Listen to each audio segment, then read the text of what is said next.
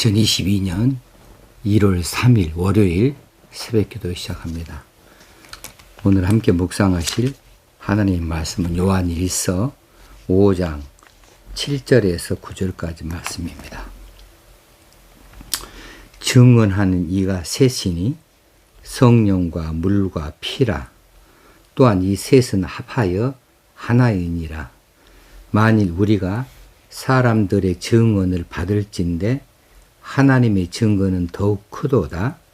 하나님의 증거는 이것이니 그의 아들에 대하여 증언하신 것이니라. 아멘. 증언하는 이가 셋이다. 그리고 그 셋은 성령과 물과 피라 했고, 또한 이 셋은 합하여 하나이니라 그랬습니까? 무엇을 증언하는 것입니까? 5절을 가게 되면 나오게 되어지죠. 예수 그리스도의 하나님의 아들 되심, 이것을 증언하는 것이지요. 예수 그리스도의 하나님 되심을 성령과 물과 피가 증언하고 있다는 말입니다.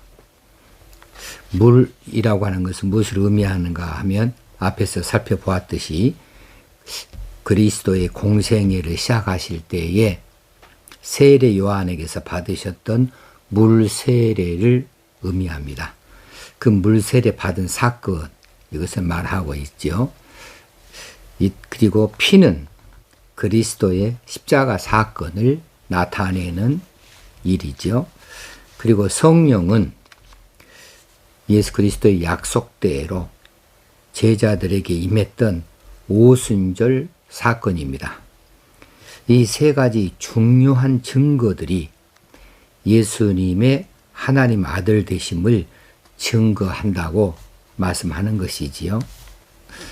그리고 이 셋은 합하여 하나이라 하셨는데, 이 셋이 제각기 다른 분야에서 한 조각씩 그렇게 합하여서 하나의 어떤 진리를 만들어내는 이런 형태로서의 증언이 아니고, 그 셋이 그 하나를 지향하고 있다. 이 원문의 번역을 그대로 옮긴다고 한다면 그 셋은 물과 피와 성령이죠. 그 셋이 그 하나는 예수의 하나님 아들 되심이죠. 이것을 지향하고 있다.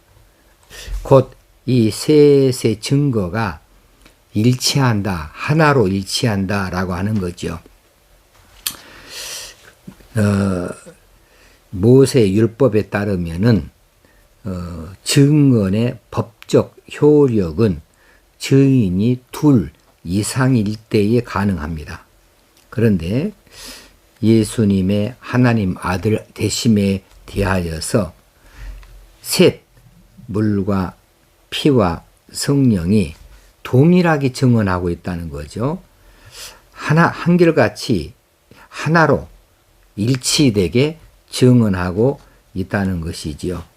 이래 증언에 충분한 효과를 드러내는 거지요. 이제 우리가 이 성령 역할에 대하여서 여기서 한번 더 살펴봐야 되는 것은, 이미 우리가 4장 13절에서 살펴보았듯이 성령은 우리 안에 오시고 거주하시면서 우리에게 영적인 깨달음을 주십니다. 그런데 이 성령은 하나님이셔서 우리가 오시라면 오고 가시라면 가시고 하는 그런 분이 아니에요. 우리가 무언가 특별한 일들을 하여서 그 공로로 성령 하나님께서 우리 안에 들어오시거나 하시는 그런 것이 아니에요. 어떤 조건으로 오시는 것이 아니고, 하나님의 무조건적인 사랑으로 하나님의 택정함을 입은 그 하나님의 백성들에게 성령을 보내어 주시는 거죠. 그래서 우리가 성령으로 말미암지 않고서는 진리를 진리로 믿을 수가 없습니다.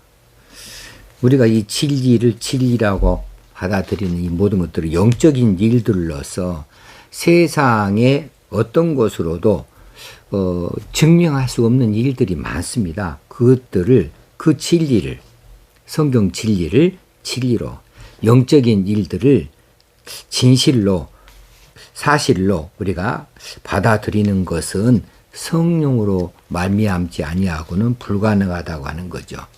몇 가지만 예를 들어도 예수님이 하나님의 아들이시다. 이런 것은 과거에 역사가 없는 이야기입니다. 육신을 입고 그 예수님이 하나님의 아들이신 예수님이 성자 하나님이 육신 사람의 몸을 입고 세상에 오셨다. 성육신이라고 말하는 거죠. 세상에 들어오셨다. 어떻게 하나님이 세상에 들어오셔요? 이런 영적인 일들 또 그분이 세상에 오셔서 우리를 대신하여서 우리 죄를 대신 지시고 십자가에서 죄값을 치르기 위해 죽어주셨다는 사실 그리고 그분의 그 사실을 믿기만 하면 그 이름으로 인하여 죄사함 받고 구원 얻는다는 사실 이런 것들은 영적인 진리예요.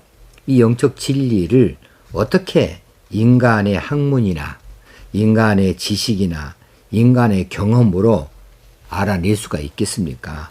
그것으로는 우리에게 믿음을 주지를 못해요.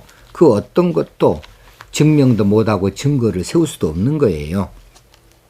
그런데 오로지 하나님의 영이신 성령의 역사로 인하여서 우리가 이 성경 진리를 진리로 받아들일 수 있고 또 믿을 수 있게 되어지는 거죠. 성령은 우리 안에 오셔서 어찌하든지 영적인 깨달음을 주시는 분이세요. 영적인 유익을 주시는 분으로 우리 안에 계시는 분입니다. 자, 그러므로 우리가 성경의 진리들이 진리로 믿어지고 예수 그리스도가 성육신하신 하나님의 아들로 믿어지는 일들은 성령의 역사다.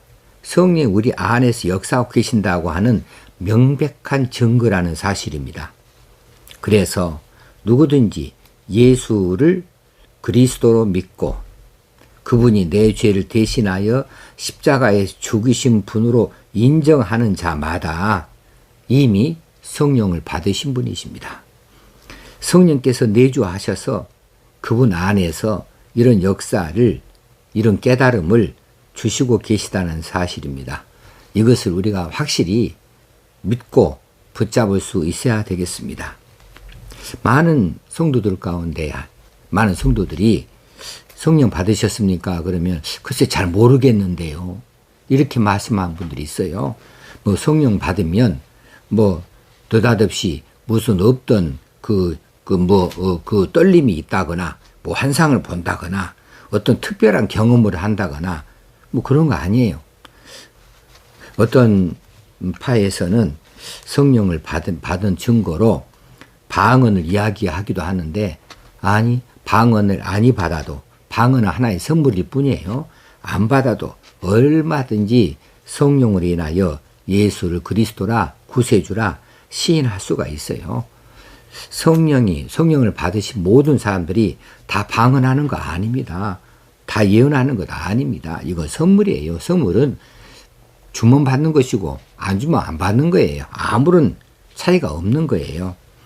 자, 고린도전서 2장 10절에 오직 하나님이 성령으로 이것을 우리에게 보이셨으니 성령은 모든 것 곧 하나님의 깊은 것이라도 통달하시느니라. 성령은 하나님 영이시니까 하나님의 깊은 것이라도 다 통달하시는 분이시지요. 그 성령께서 우리에게 오셔서 성경의 여러 가지 진리들, 이 진리들을 우리로 하여금 믿게 하는 거예요. 자, 공부 좀 했다고 하시는 분들, 또 좀 그 이치를, 사물의 이치를 좀 아신다는 분, 이런 분들 가운데 자꾸 그거 시상적인 이런 지식들이 걸림돌이 돼서 하나님의 역사를 받아들이지 못하는 경우가 있어요. 예를 들어서 처녀가 아기를 낳았다. 이건 무슨 엉터리 같은 이야기냐. 그 말도 안 되는 소리다. 이것은 마리아가 뭔가를 감추었다. 이렇게 세상적으로 해석을 해버리는데, 아니 이것이야말로 하나님의 크신 일이에요. 놀라우신 일이에요. 그것 자체가 무너지면 별것 아닌 것처럼 생각할지 모르지만은 아니 엄청나게 중요한 거예요. 이미 그 창세기 3장 15절에서부터 우리에게 약속되어진 것이기 때문에 그렇지요. 이제 9절에서 그 대목을 또 한번 설명을 하겠습니다. 또 성령으로 아니고서는 우리가 또 인정할 수 없는 것. 자, 모세가 홍해바다를 지팡이를 내밀어서 갈라버렸다. 그래서 약 200만 명이라고 하는 어마어마한 인구가 그 홍해바다를 건너서 저 건너편 육지로 들어갔다. 이거 무슨 엉터리 같은 이야기냐. 그것이 아니다. 그건 잘못 해석한 거다. 그건 갈대밭인데 갈대밭을 표현할 때에 그렇게 바다처럼 그 표현했다. 이런 식으로 인간적으로 해석을 하는 이런 또 신학을 하는 자유주의 신학들이 있어요. 그것이 아닙니다. 이건 철저히 하나님의 말씀이고 성령으로 인하여서 그 일들이 사실로 믿어지는 거예요. 성령으로 아니고는 믿어질 수가 없는 거죠. 자, 그러므로 우리 안에 와 계신 성령께서 영적인 일들을 우리들로 하여금 깨닫게 하고 알게 하고 믿게 하신다. 그래서 그런 일들이 믿어지는 것은 옛날에 나 같아서는 택도 없어요. 어딘도 없어요. 그거 안 믿어요. 그런데 성령을 받고 나면 성령이 그것을 믿게 하십니다. 그래서 우리가 믿어지는 것이고 예수의 제자가 되어지는 것이고 보지도 않은 천국을 지금부터 본 것처럼 자랑하고 다니고 기다리는 사람들 되어지는 것이지요. 오직 성령으로만 가능한 겁니다. 자, 9절 말씀입니다. 만일 우리가 사람들의 증언을 받을진대 하나님의 증거는 더욱 크도다. 이 말은 우리가 사람들이 말하는 증언 2명 이상이 증언하는 그 증언도 받아서 인정을 해주는 법인데 하나님의 증거는 더욱 크지 않겠는가. 하나님이 증거하신다는데 물과 피와 성령으로 증거를 한다는데 이 성령은 하나님이신데 하나님의 증거는 더 크지 않느냐. 아니 일개 사람들의 2명, 3명이 사는 말을 그것도 진실이라고 그렇게 받아서 인정해 주는데 하나님의 증거는 더 확실한 거 아니냐, 더 큰 것이 아니냐, 이런 뜻이지요. 만일 우리가 사람들의 증언을 받는다고 한다면 그는 그런 일을 진실이라고 받는다고 하는 일들을 하는데 그렇다고 한다면 하나님의 증거는 더욱 크고 확실한 것이다 라고 하는 것을 말해줍니다. 하나님의 증거는 이것이니 그의 아들에 대하여 증언하신 것이니라. 자, 하나님의 증거는 이것이니 그의 아들 예수 그리스도가 하나님의 아들이라는 것에 대하여서 증언하신 것이다. 이것은 어디서 증언합니까? 그 증언은 무엇입니까? 성경에 나타난 증언을 말하고 있는 거죠. 성경을 통하여서 이미 증언이 되어져 있다는 사실이에요. 몇 가지만 쉽게 이야기해도 창세기 3장 15절 아까 말한 거 여자의 후손이 뱀의 머리를 상하게 할 것이다 라고 이렇게 되어져 있지요. 자, 이 대목이 예수 그리스도의 출현에 대하여서 최초로 언급하신 그 자리입니다. 그 구절이에요. 그래서 이것을 원시복음이다, 원복음이다 이렇게 말하기도 합니다. 여자의 후손이 모든 사람들의 후손은 남자의 후손입니다.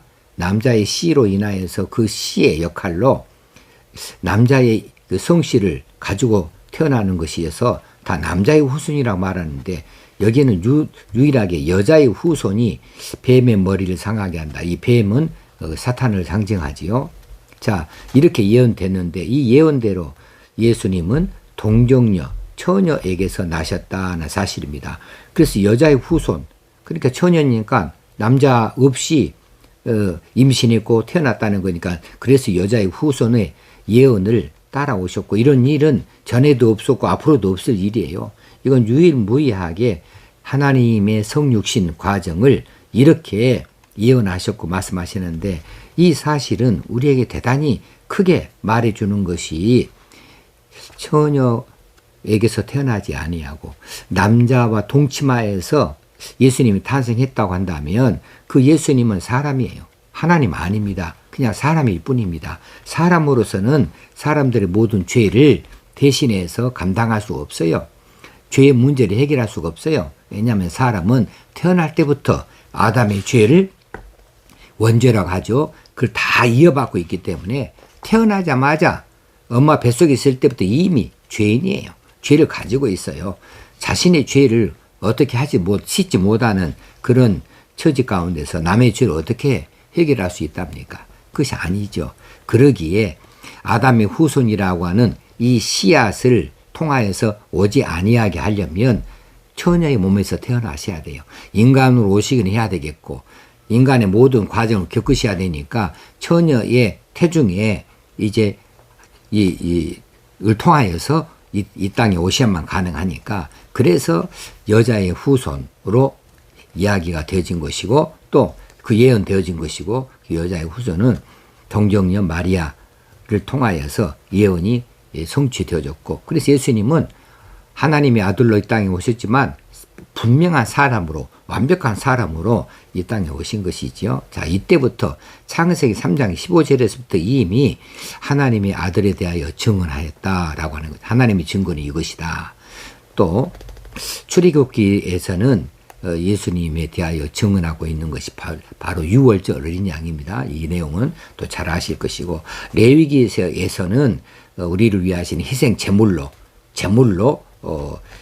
그렇게 나타나 있고 신명기에서는 한 선지자로서의 그 이름으로 나타나고 있고요.